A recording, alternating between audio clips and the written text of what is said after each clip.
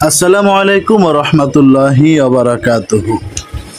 প্রিয় মুসলিম ভাই ও বোনেরা, আজকে আমরা আপনাদেরকে নিয়ে চলেছি চাঁদপুর জেলার একটি পবিত্র ও ঐতিহ্যবাহী স্থান ইসলামপুর গাছতলা দরবার শরীফে।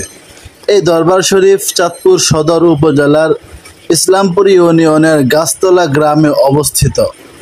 এটি শুধু একটি দরবার নয়, বরং এক আধ্যাত্মিক কেন্দ্র, যেখানে শত শত মানুষ শান্তি, রহমত ও বারাকাত লাভের আশায় আসেন। প্রতি বছর মাঘ মাসের ৮, ৯ ও ১০ তারিখে অনুষ্ঠিত হয় বার্ষিক ওরস শরীফ, যেখানে দেশ বিদেশ থেকে হাজারো আশেকান ও মুরিদানা সমবেত হন।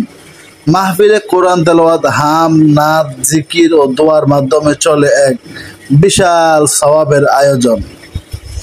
এই দরবার শরীফের অধীনে পরিচালিত হচ্ছে একটি হাফিজিয়া মাদ্রাসা ও এতিমখানা, যেখানে শতাধিক শিক্ষার্থী কোরআন হিফজ করেছে এবং ইসলামিক শিক্ষা গ্রহণ করেছে।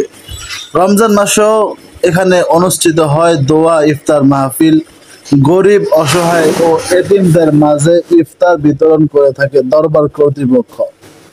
এখানে নিয়মিত আসেন বিখ্যাত ইসলামী বক্তারা, পীর মাশায়েখগণ এবং সমাজসেবকরা। এতে আধ্যাত্মিকতার পাশাপাশি সমাজসেবাও সমান গুরুত্ব পায়। আসুন আমরা এই দরবার শরীফের জন্য দোয়া করি, আল্লাহ যেন এই পবিত্র স্থানকে আরো বরকতপূর্ণ করেন এবং আমাদের সবাইকে হক পথে চলার তৌফিক দান করেন। ভিডিওটি ভালো লাগলে লাইক দিন, কমেন্ট করুন এবং অবশ্যই FPSG মিডিয়া চ্যানেলটি সাবস্ক্রাইব করুন।